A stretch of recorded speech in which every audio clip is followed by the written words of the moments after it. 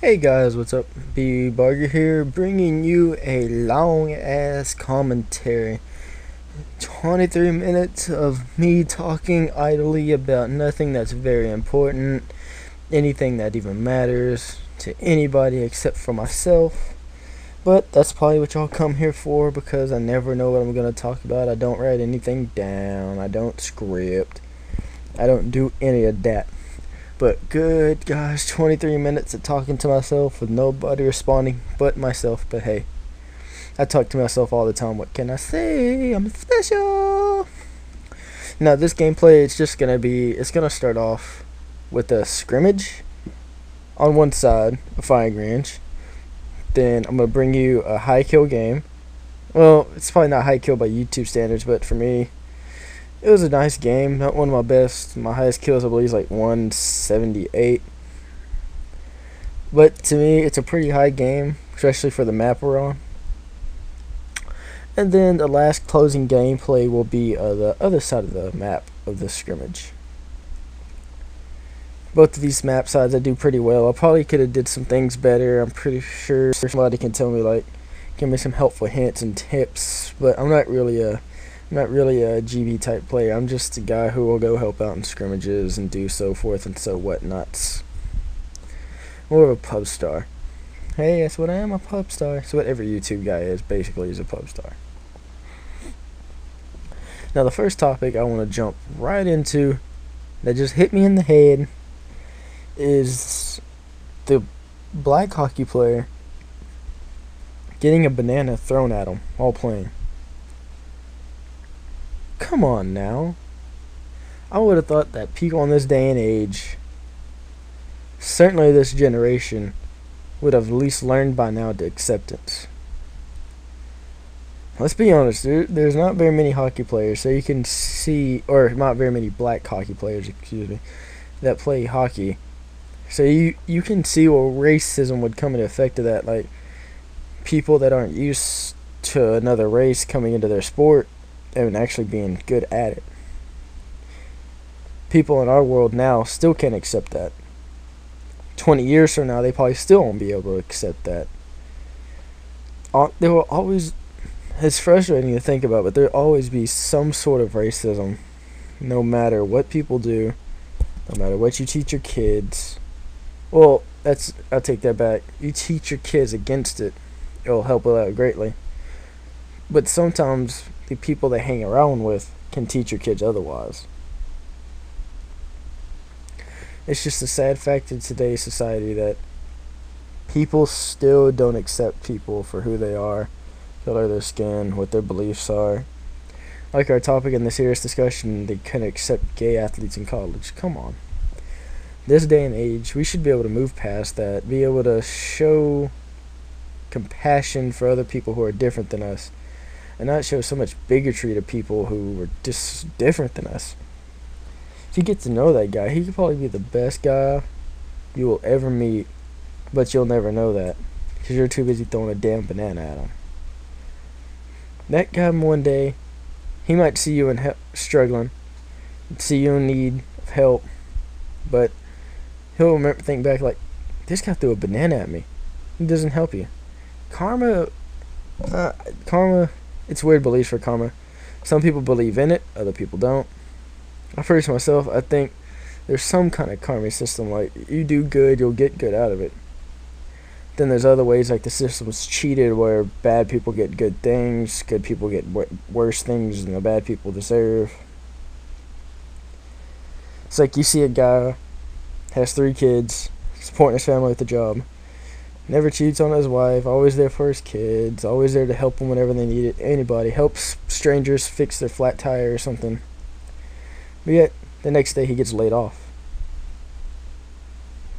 It's a weird world we live in. It's a sad day that like somebody that good gets something so bad. But then you can see bad people get stuff so good. But in the end, everything comes out in return. Some way or another, everybody gets theirs, what they deserve. Everybody gets what they earned. And everybody just gets what's rightfully so. It may not play out in the short run, but it'll definitely play out in the long run. Just, you gotta be patient and see what happens. Sorry, this conversation just got like really serious, but hey, sometimes you gotta talk about things that other people might try to avoid. You might have to bring something up that other people don't want to talk about. Be that person that will bring up the topic that people are scared to talk about. People feel so awkward if you bring up anything to do with racism, anything to do with sexual preference. They get so awkward. And they're scared to speak what's on their mind because they're afraid, I'm going to get in trouble for this. I'm not going to be accepted for my ideas and opinions. But you'll never know if you don't ever voice them. You honestly just gotta put yourself out there in some situations that you've never been in and experienced, and see what happens. You never know. Putting yourself out there might encourage somebody who has been always shown racial bigotry to other people, who always look down on other people, to see the wrong in their ways, maybe affect their children so they can be raised the right, or I won't say the right way, because I'm not going to get into that, how your kids should be raised. That's everybody's different opinion, but the kids should have the right train of thought, not to hate a person based on their outside. Judge a person by their inside and their character. Don't judge a person because they're black, Mexican, white, Asian, Filipino, whatever all else is out there. Don't judge a person by their looks. Judge a person by how they act. Base your opinions and judgments on merit. Sometimes you can read a person and see truly who they are right off the bat, and see, this person's not worth my time. But at least give that person a solid chance to make a difference in who they are, and prove to you that they can be the person that you think they could be. Sometimes that person that you're having issues with might not be able to handle the fact that somebody different's there, somebody who might be better than them. I don't want to say better than them at some things is there. People honestly don't like to be replaced in any sort of way by anyone who's new. I know this is really random. I don't know what this might have to do with anything, but put yourself in this situation. Somebody's coming to your job. Somebody you never met before in your life. You don't know if this guy's good. You don't know if this guy's bad. Anything about this guy. But he walks up to your desk with your boss and says to you, we're replacing you with this guy because he'll work for less. This is another topic. I'm just going to keep going with my train of thought here. It goes with the people who don't know how to accept other people. Maybe they're feeling threatened. Back to the hockey player. Okay, now I'm rounding my point out. Back to the hockey player. The person who threw that banana probably feels threatened because it's a white dominant sport. Feels threatened by a black athlete coming in there and taking spots from white people. He might not be able to know how to handle that, so he acts in the most immature way possible and throws a banana at him. Now, those actions are completely uncalled for, but you gotta think, in their train of mind, this guy's coming to replace me. It's just like the guy coming to replace you at your job. This guy's gonna come replace me and take my job. I don't want that to happen. So you gotta react. Now, you can react in a way that's appropriate and be like, voice your opinion. Just like, wow, why would you replace me with this guy? I've been at this company for 10 years. You're going to replace me with somebody who can work cheaper and doesn't produce the same quality as me. But you're going to pay him because he'll work for $1 less than me an hour. Makes no sense. It's like that train of thought's like, but it's not the same thing with the black. I'm not saying he'll work for less or all that. Don't get that in your head. I'm just trying to prove a point that being replaced does not feel good. I'll use another example. Maybe if you're a younger viewer, you're with a group of friends. A new kid comes along at your school. He joins your group of friends, and you're like normally the funny guy. You're the guy that everybody looks up to have fun, what to go do next, like ideas for stuff and things to go do. But the new kid comes along, and he's used to being a funny guy somewhere else with his friends. So he tries to voice his opinion in there what they should go do, and you feel threatened by that because maybe your friends start doing the things he says to go do. And then you're going to be envious of that person because you're going to feel as though they're replacing you. And actually, they could be the person replacing you. But it's how you react. Maybe you actually get to know the new kid. You get to know the new guy. Get to see who they actually are. Don't judge a person by their outside. Judge a person by their actions, by their merit, who they are, how they act. Alright, I'm done harping on that one. Another thing I kind of feel as though it needs to be talked about. I don't know if I want to keep the serious mood or not, but it's a sad day. It's gonna go back. It's another sport about baseball. Just watching it on Sports Center earlier. Dominican Republic players for the MLB, if they're not signed by the time they're 18 or 19, they will never have an MLB career, no matter how good they are. The prime age that MLB scouts try to sign Dominican Republic or pretty much any foreign-born player is around the age of 16. A player on the Marlins just recently got told, or recently revealed, his real name and the fact that he's 29, not 28. Now this relates to the 16 and 17-year-old thing because he faked his name to a 16-year-old's name. He was 17, and he knew he would not be signed unless he was 16. So he used another person's name and told the scout that this is my name. I'm this guy. And he lied about who he was just so he could get his chance to play in the MLB.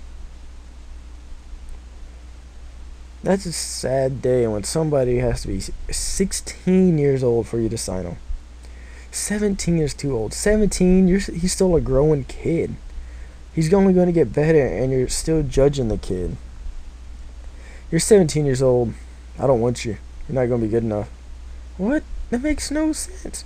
The 17-year-old's still a senior in high school, and he's going to go to college. You get college athletes who are 21, 22 years old. How come they're not too old?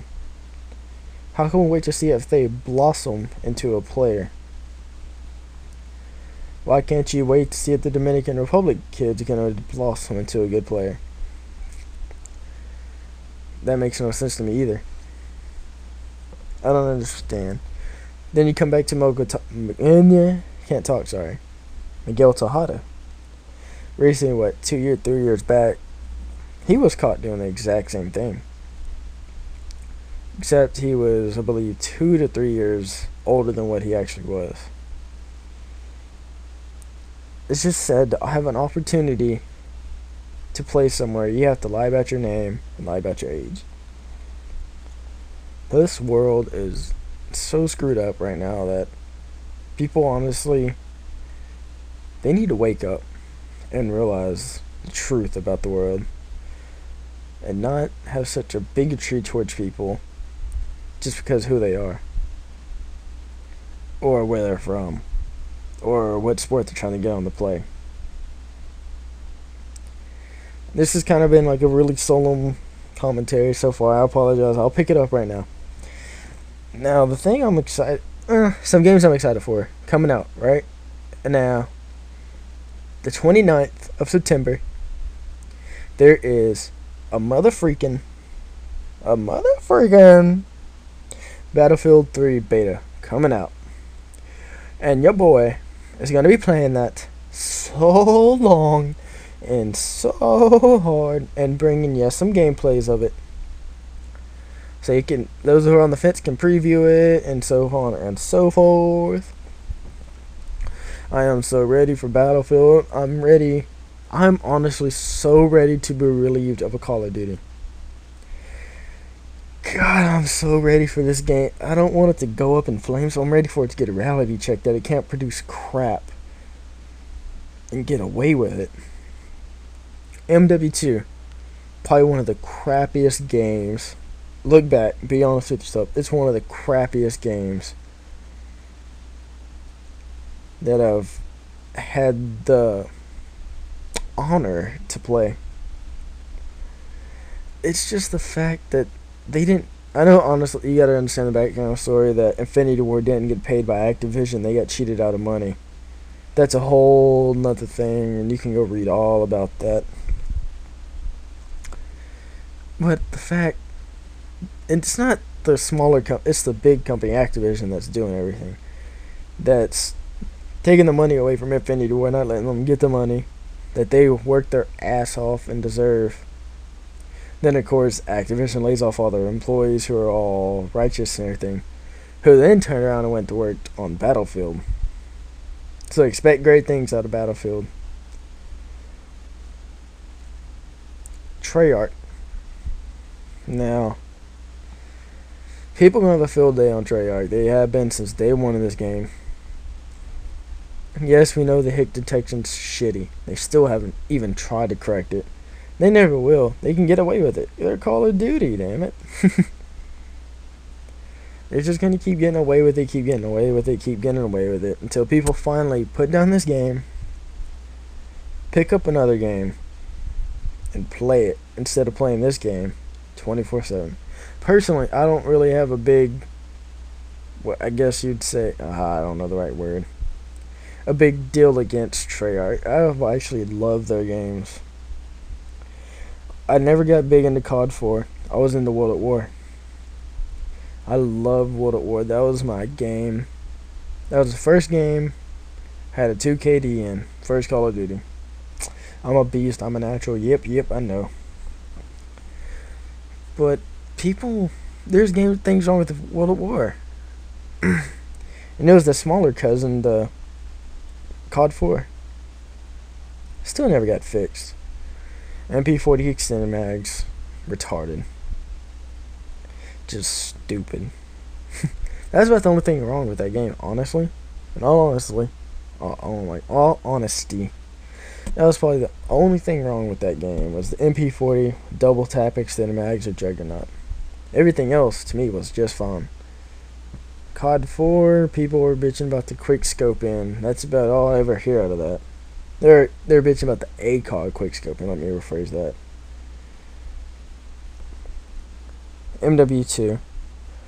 I only have to say the flaws. I don't have to say the flaws in any of these games. It just, my point is, play something different if you want the games fixed. Give them a reality check that they have to fix their games in order for us to keep buying them, in order for us to keep playing them. Don't put up with the garbage that we put up with now. It's the community that's the bad thing. The COD community is, I'm probably going to catch some flame. I could really care less. The COD community is one of the worst communities out there. You give the COD community one small glitch, Javelin glitch, and they will use and abuse that thing until it is no more. I don't know how many teammates I had them on, just running off the Javelin, getting multi-kill after multi-kill after multi-kill on ground war. It was stupid. And then it took Infinity Ward, what, 2 weeks to fix it? Come on now. Models. The models were the most overpowered gun in the damn game for so long. Never were, well, they got patched. But then, they didn't patch them fully. People found another way. I don't understand what's so bad about fixing your game. Just fix your game. Get it over with. Just fix it. Make the people happy. And then just make sure nobody hacks it and be done with the damn game. Personally, I could care less about map packs, about any of that. Man, if you just fix our game, I'll be happy. If you keep updating it, keep updating the game like we want, do the things we call for. Like something like fixing a hitbox. Do that. Is it really that hard? I don't understand. It'd probably be a huge patch in the coding. They actually probably couldn't do it. Think about it. They probably couldn't do it because it'd be such a big patch in the coding that it might be a game-changing thing. They might not have been able to do it. But they could have fixed the lag. Could have given us better servers. Could have ran it on a better engine. It's just some small things that we don't see behind the scenes and all that don't get fixed, that we want fixed. Maybe there's something hindering those from being fixed. Excuse me, I'm going to take a drink real quick. 20 minutes talking to myself, making my jaw freaking damn tired.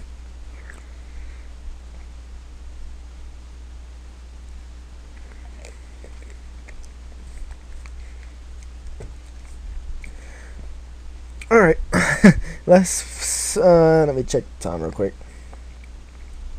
Last 3 minutes of the commentary. I'm going to try to cheer this up. I'm looking forward to Battlefield. MW3, I'm looking forward to it. It's going to have its flaws, just like Battlefield. Hopefully they'll jump on that. They'll fix it right off the bat. Won't waste any time. They'll support the hell out of this game. Realize that noob tubes are stupid. Just flat out take them out. Ghosts and all that, they can stay. That's part of the game. Deal with the people. People gotta be able to hide from things. But one last thing before I sign out of here. Got 2 minutes left or so.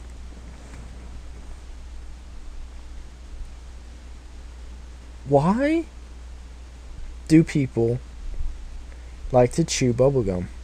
Think about it. You chew it, it runs out of flavor, but you keep chewing it. Why would you keep chewing a piece of gum that doesn't have flavor? Why do people like bubblegum so much? Answer that. Answer me why. Why do people like bubblegum? It's got an awesome flavor. It's bad for your teeth. Maybe that's why. Maybe it's like a sweet to trick your brain. And it's bad for your teeth, so it's bad for your body somehow. So people can't help but love it. Just like Twinkies. Oh yeah, Twinkies for the win. Oh, fried Twinkie. Whew. Oh my goodness. If you're still listening to this video, even after all this random rambling and after all these points that probably don't make a damn bit of sense, but to me, I appreciate you. Thank you. I love you to death. Thank you for viewing this. Like, favorite, dislike. Tell me why. Yeah. But yep, thank you for watching this video. I'm just gonna let the rest of it play out. It's really been an honor. This commentary probably makes no bit of sense, and good lord, you try to talk to yourself for 23 minutes. Thank you. I love you. I wouldn't be in this position without you with my 23 subscribers. Peace, love, and tartar sauce. Thank you, sirs, for watching this video, and me just keep on rambling. Thanks, B-Barg out. Boom, boom, boom.